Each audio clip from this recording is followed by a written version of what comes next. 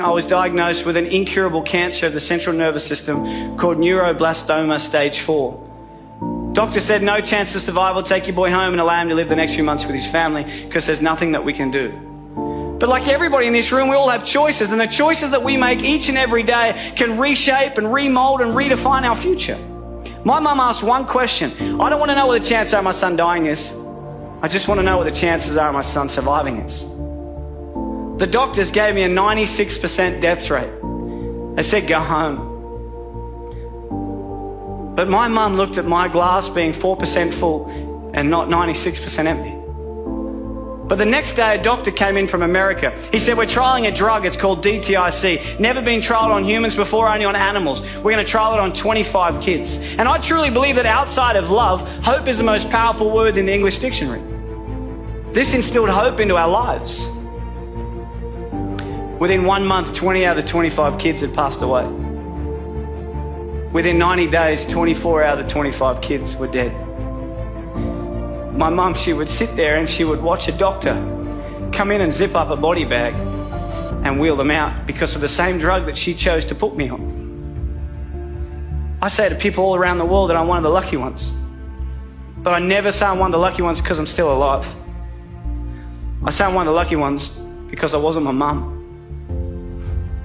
My mum had it tough. She had to make a choice to inject a drug into a child that has killed everybody that had ever taken. Until one day I was finally allowed to go home.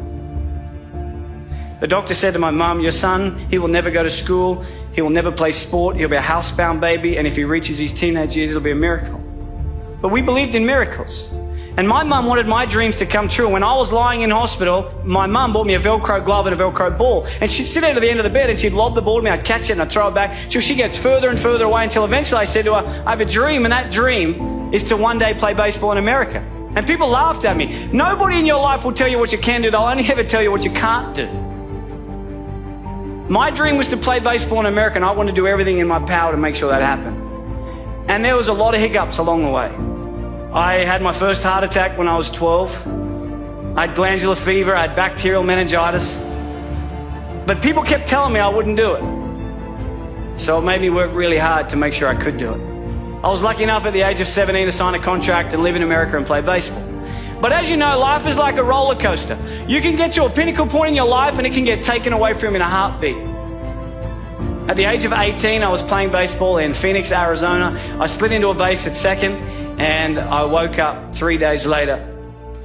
And at the age of 18, I suffered my career-ending heart attack and I was sent home. I was a depressed boy. I thought life wasn't fair.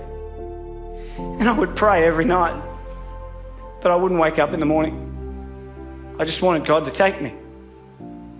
But I kept waking up every morning.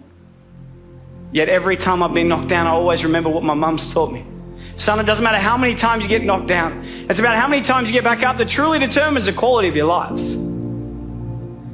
When I got home, I got a job in banking, no disrespect to anybody in finance. But this guy, day 3, tall old guy came in. He said to me, Michael, I'm Tom, I'm the CEO, let's have a chat. I had no idea what CEO stood for, but I just went in there and listened. He said, Michael, where do you see yourself in 5 years' time? I had no idea where I was going to be on a Friday night, and that's really all I cared about and who I was hanging out with. I had no idea where I was going to be in 5 years' time, but my mum, she always taught me, son, shoot for the moon, and if you miss, you'll end up in the stars. So I said to him, Tom, in 5 years' time, I'm going to take your job. He hated me. Don't ever say that to your boss, okay? They do not like you when you say that. But within 12 months, I was the youngest bank manager in Australia. Within 2 years, youngest area manager. 3 years, youngest state manager. Within the 4th year of being with this company, I was the youngest national sales development manager for one of the largest companies in the world.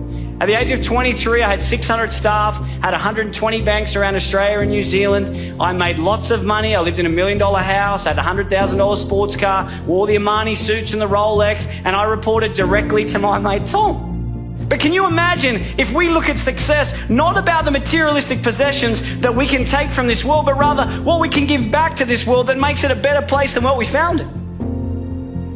I was fortunate enough to be in a position to be able to do something for the most inspirational, the most influential, and the most loving person I've ever met, and that was my mum. On June 16 last year, I was lucky enough to put a pink ribbon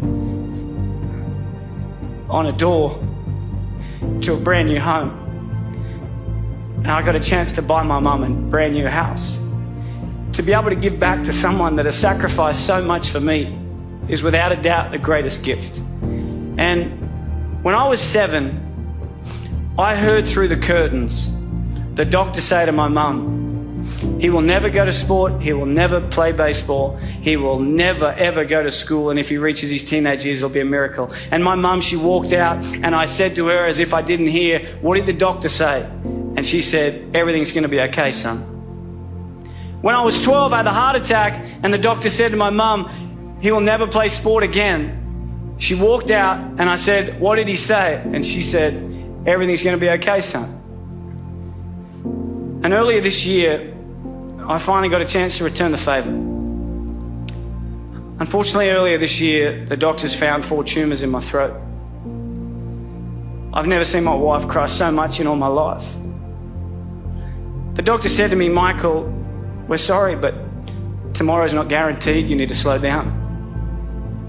But that's one thing we all have in common, because no one's guaranteed. I think that life is not about the amount of days that you live on this earth, but it's about what you fit into those days that allows you to live a remarkable life. And I remember driving home, and she called me, my mum, and she said,